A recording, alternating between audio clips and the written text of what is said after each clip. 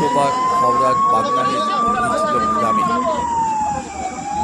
Indian oil কর্পোরেশনের পক্ষ থেকে মক ড্রিলের আয়োজন করা হয়েছিল। এই মক ড্রিলে ইন্ডিয়ান অয়েল কর্পোরেশনের কর্মী সহ বিভিন্ন বিভাগের কর্মীরা কীভাবে পাইপ লাইনে আগুন লাগলে তা নেভানো যায় এবং এলাকার মানুষকে কী ভূমিকা নিতে হবে এ বিষয়ে সচেতন করেন।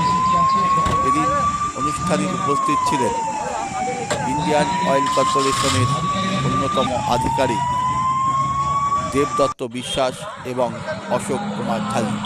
প্রসঙ্গত, এই কর্মসূচিকে কেন্দ্র করে বাগদান থানা এলাকায় রীতিমতো শোরগোল পড়ে যায়। খবর দত্তম রিপোর্ট, হাওড়া।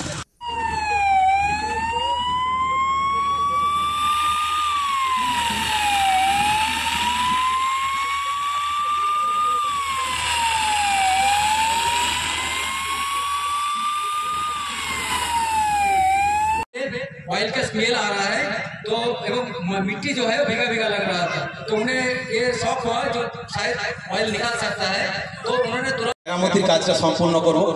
তার জন্য আপনাদের কাছে মৌরিগ্রাম পরিবার